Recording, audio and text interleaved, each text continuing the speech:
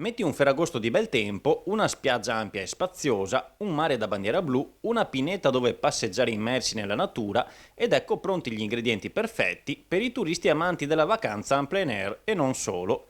A Cavallino Treporti il settore dei campeggi si sta lasciando alle spalle la travagliata estate 2020, guardando con ottimismo e fiducia a questo 2021. Questa è un'estate che è partita un po' in sordina con Pentecoste, ma man mano che sono passate le settimane sono aumentate anche le presenze. Siamo arrivati a fine luglio con quasi l'80% delle presenze registrate in tutti i campeggi di Cavallino Treporti. Siamo oggi al 100%, dove sicuramente si registra più di 60.000 persone. Numeri incoraggianti dunque, forti di un tipo di vacanza salutare per natura. Direi che la sensazione, il mood che abbiamo oggi è assolutamente di confermare quello che c'era in passato.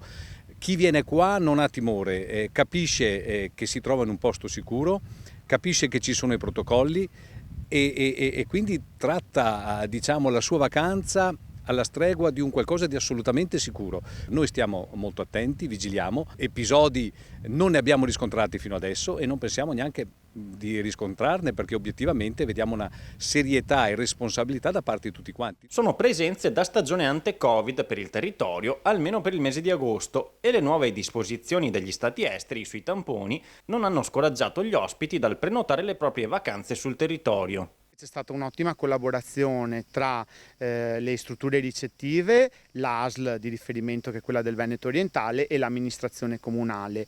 Da una parte ci sono le strutture medio-grandi che dispongono di un'assistenza sanitaria interna e di conseguenza hanno potuto, tra virgolette, gestire i tamponi in casa o quasi. Poi l'ASL assieme al comune hanno messo a disposizione degli spazi anche con le farmacie locali per poter fare i tamponi e garantire questo certificato per poter rientrare in patria, soprattutto per quanto riguarda gli ospiti tedeschi. Da notare che praticamente la totalità dei tamponi, a quanto ci risulta, sono negativi. L'unica amarezza che c'è è che ovviamente la gestione di regole all'ultimo momento ci produce degli effetti di difficoltà di interpretazione, di difficoltà proprio di gestione.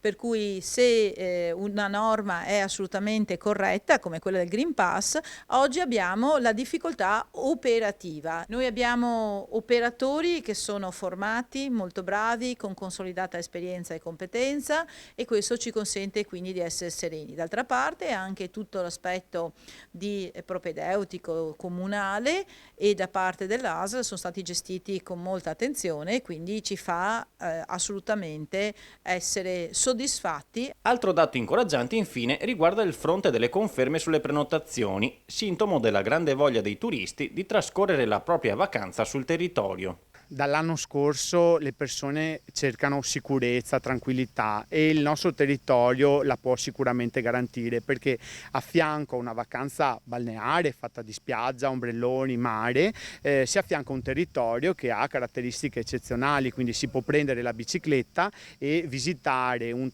entroterra fatto di paesaggi agricoli, lagunari, borghi, costruzioni militari, insomma, che possono creare delle escursioni per tutta la giornata. Quindi sarà sicuramente un Ferragosto più tranquillo rispetto a quello degli anni scorsi, ma sicuramente ricco di spunti e di emozioni che creeranno nei nostri ospiti, come al solito, degli splendidi ricordi e delle vacanze rilassanti.